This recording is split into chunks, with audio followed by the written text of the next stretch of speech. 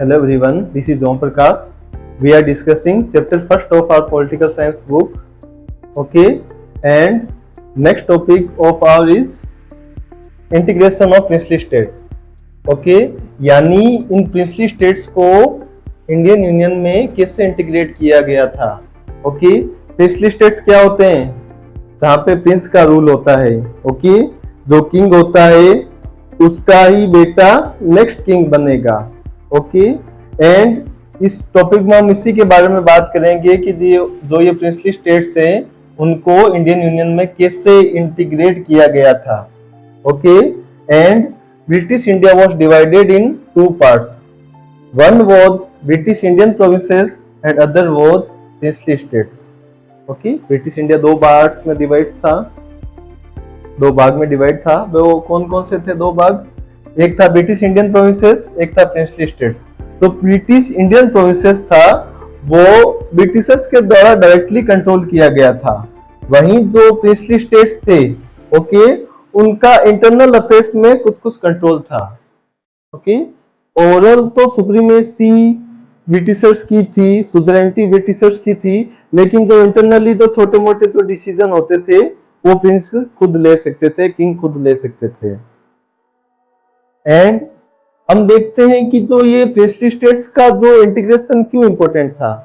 Because हम देखते हैं कि जो 1/3 ऑफ लैंड एरिया कवर करता था प्रिंसली स्टेट्स ब्रिटिश इंडिया का, एंड जो हर 4 में से एक इंडियन प्रिंसली स्टेट्स में रहता था.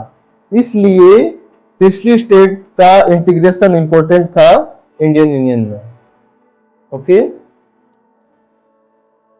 इंटीग्रेशन ऑफ प्रिंसली स्टेट्स चल रहा है. इस टॉपिक में हम इंटीग्रेशन ऑफ प्रिंसली स्टेट्स की प्रॉब्लम्स के बारे में बात करेंगे, यानी प्रिंसली स्टेट्स को इंडियन यूनियन में इंटीग्रेट करते वक्त क्या क्या प्रॉब्लम्स फेस हुई. ओके, और ब्रिटिशर्स ने ऐसा अनाउंस कर दिया कि इंडिपेंडेंस के बाद प्रिंसली स्टेट्स पर उनका कोई रूल नहीं रहेगा, उनकी कोई सुप्रीमेसी नहीं रहेगी.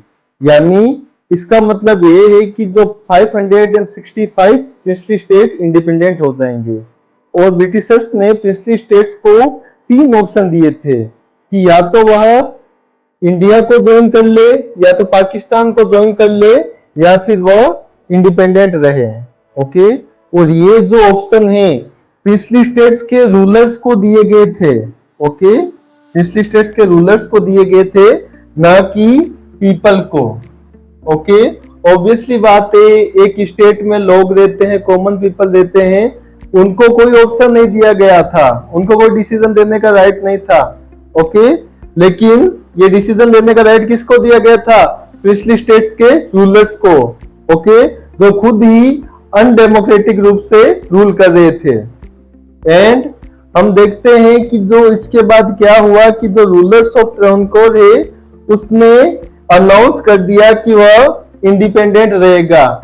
यानी उन्होंने अनाउंस कर दिया कि हम इंडियन यूनियन के साथ नहीं मिलेंगे.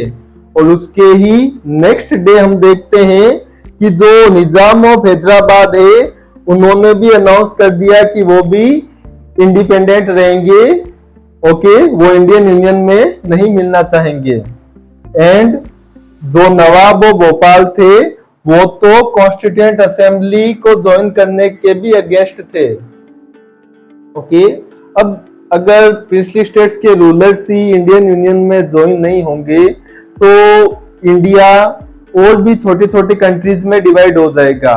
ओके, एक तो पार्टीशन के बाद इंडियन यूनियन 2 भाग में डिवाइड हो गया था. ओके, एक छोटी कंट्री पाकिस्तान अलग हो गई थी. लेकिन अगर प्रिंसली स्टेट्स के रूलर्स भी इंडिया को ज्वाइन नहीं करेंगे तो इंडिया और भी छोटी छोटी कंट्री में डिवाइड हो जाएगा, और वहां पे रूल भी अनडेमोक्रेटिक वे में होगा, क्योंकि प्रिंसली स्टेट्स में कोई डेमोक्रेसी नहीं रहेगी.